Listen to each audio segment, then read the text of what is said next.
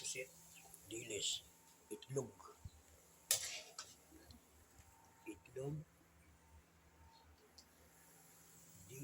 dilis, pusit, sinangag, ang aming agahan.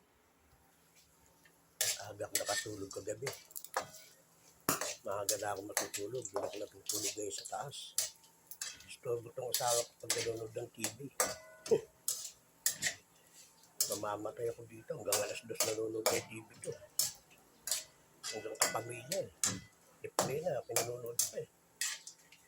Nahihirapan ako matulog eh. Ngayon, doon ako mag-isa sa taas matutulog. Okay guys. Kain tayo. Tulog na tulog. Mantarang ako sa taas sa aircon. Sarap ng buhay ko doon.